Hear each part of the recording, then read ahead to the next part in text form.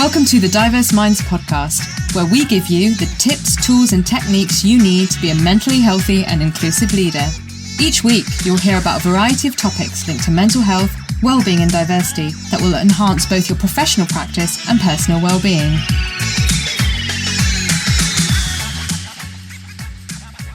Welcome to the 14th episode of the Diverse Minds podcast.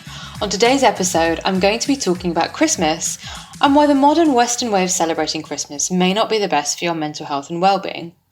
I'm going to outline ways in which this special season can be all but special for many of us, and ways in which to manage various tensions. I've decided to talk about this topic as over the years I have found the emphasis on commercialisation and presence problematic and quite exhausting. As austerity measures in the UK have really dug their heels in, there's been a wider gap between rich and poor. We've seen a dramatic increase of homelessness on UK streets. However, on the other hand, we're also told that high street shops are suffering and we need to buy.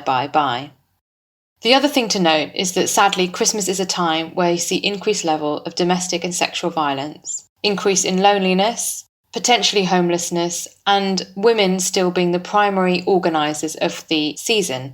So sorting out the cooking, the travelling, buying presents, and being the glue of a family environment.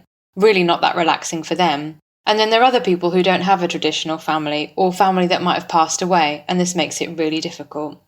I'm also aware that I might have a minority view on this, as there are many people, of course, that are in love with this time of year and think it's the most magical and think it's the best.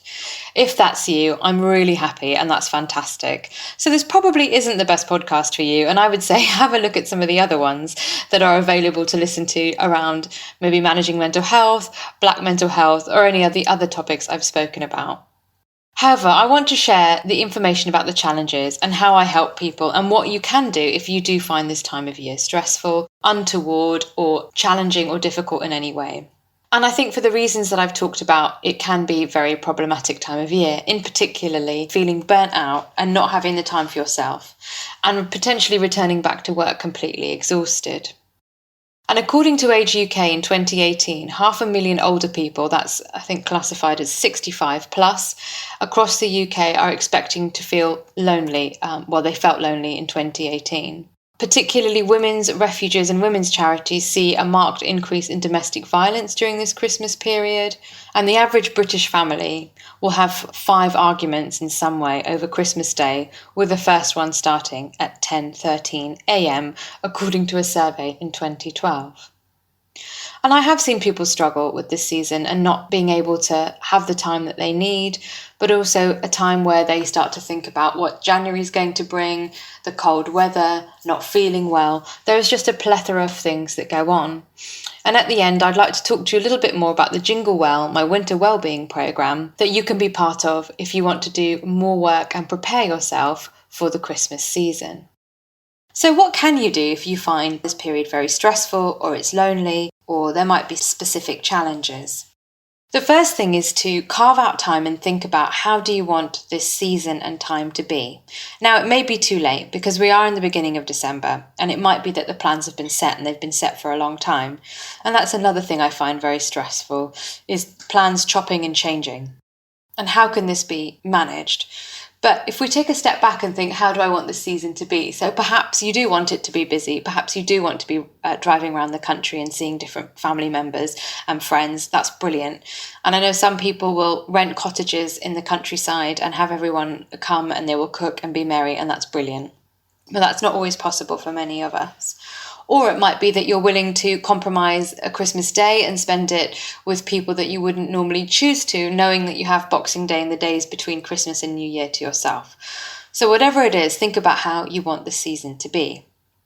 Then the next thing is to think about and consider, what are the biggest stresses for you during the season? What is it that makes it unpleasant or difficult or challenging?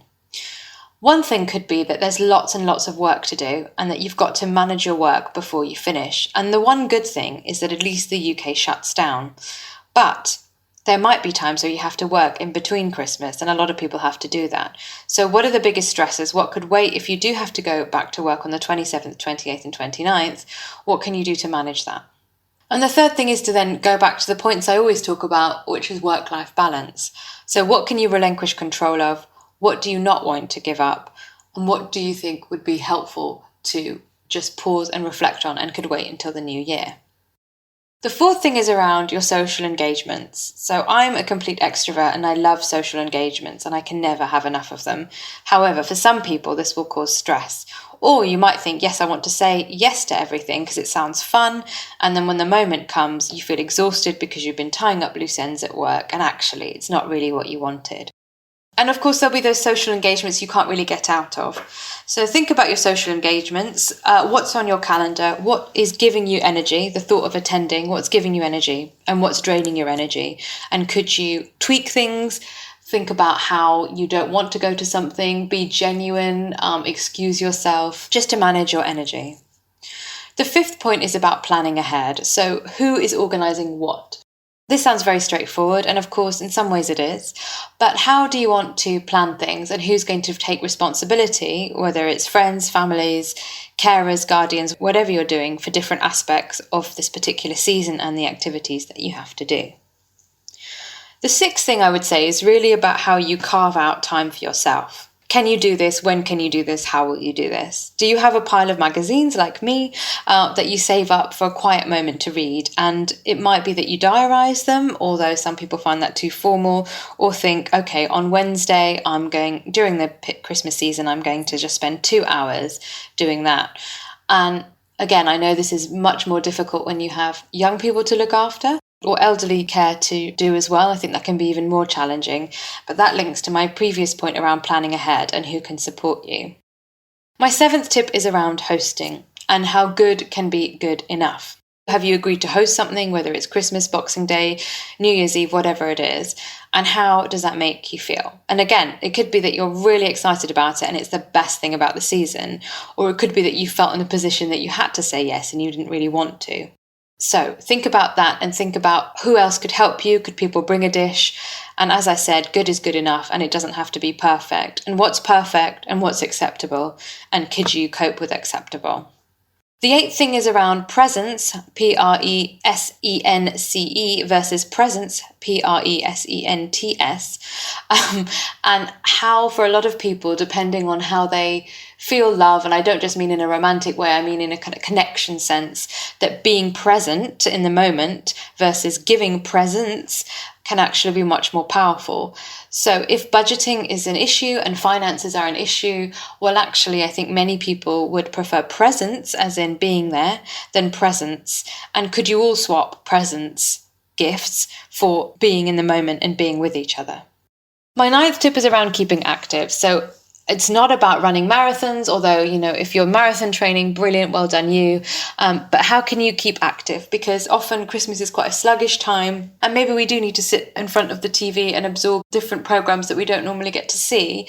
But if we do it for days upon days upon days, we can feel very sluggish. So going out for a walk or visiting the local ice skating rink, a bit of forest bathing. So could you go for a walk? And I appreciate that's also weather dependent. Going out with your dogs. I don't know, gyms are open sometimes if that's what you want to do if it's too cold. But just keeping active to keep us kind of energized. Then the 10th thing is around nutrition. And I'm not here to lecture anyone about restraint or indulgence, because of course this is a time and we get lovely Christmas foods or interesting Christmas foods or different Christmas foods. But how do you break it up? And again, it links to how do we not feel so sluggish? Because again, this will affect our energy levels. And then the 11th thing is finally looking forward. So I mentioned living in the present, in the moment, and that's really important. But let's say this is a really tough time for you, and then January doesn't really feel much better. Although the one thing I will say in January's favour is the deals and offers that are on to go to restaurants or do things, as opposed to detox. But what could you look forward to? Are there things that you could plan? Are things that you could get on a deal? If you want to go away, January is a really great time to go away and you have the budget to do that. So what could you look forward to get you through any difficult moments or periods during this time?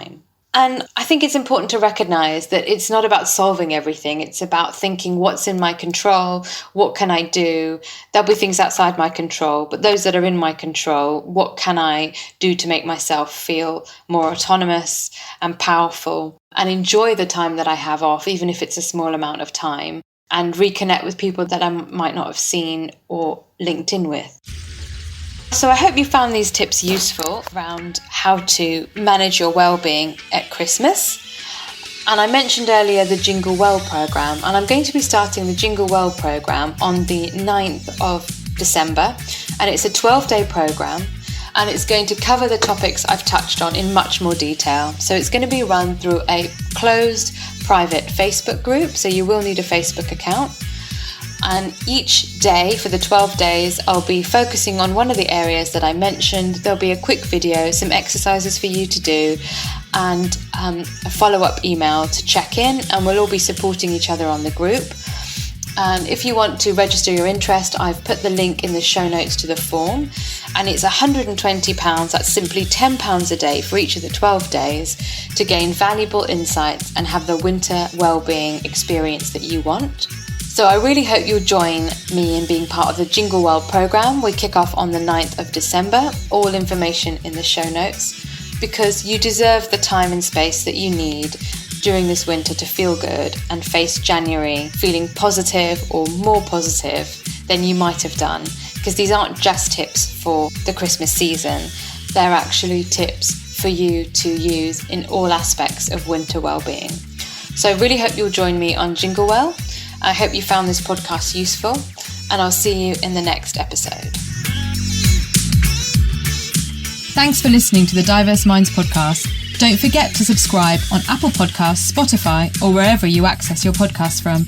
You can also connect with me on Facebook, Twitter, and LinkedIn. Tune into next week's episode of the podcast, where I'll bring you more insights on mental health and inclusion. Bye for now.